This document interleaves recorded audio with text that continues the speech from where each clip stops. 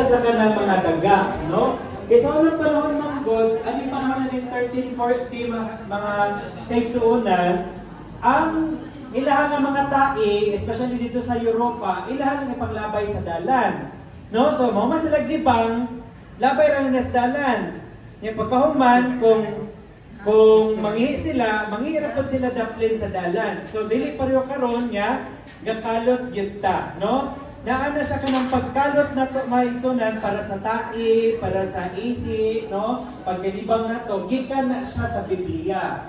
Kaya gisulat na siya sa Biblia mga igsuunan nga kung malibang gani ka, dapat imo yung ilubong sa iyo ang imo mga tae. Magkalot ka daan, oglaon nga kuan dapit nga pagkauban dito ka malibang, no? O maniki. Tapos tabunan ginatimo na siya. So, gikan din na siya sa Biblia mga igsuunan, instruction na siya sa military instruction na siya. Nakita na siya sa Numbers sa Leviticus, no?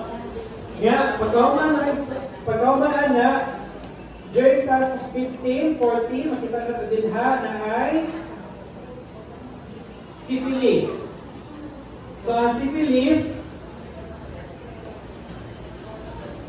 isa na siya sa mga common nga infection nga makuha na to gikan sa pag-ilawas, no? So, ang iyahang nakuha na ni common nga presentasyon na ni Maisunan is luas siya, mara siya og luas sa ato ang kinataw, no? Sa ato ang kinataw na to, pero dili siya sakit.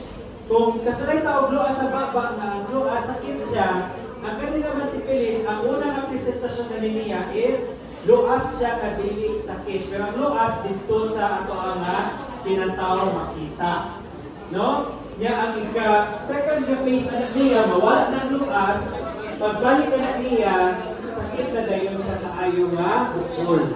No? Marag na bukol sa ato ang kinataw nga sakit. Kumuna siya ang syphilis. 1500s ang tuberculosis nga makuha nato gikan sa atong ubo. No? So kaning tuberculosis ato ni siyang bantayan kay makuha po siya sa mga lugar nga jangka, daghan og tawo. So usually, ang kapapakutan na ani sa amo ang mga pasyente is that pila mo kabuok sa inyong panimalay.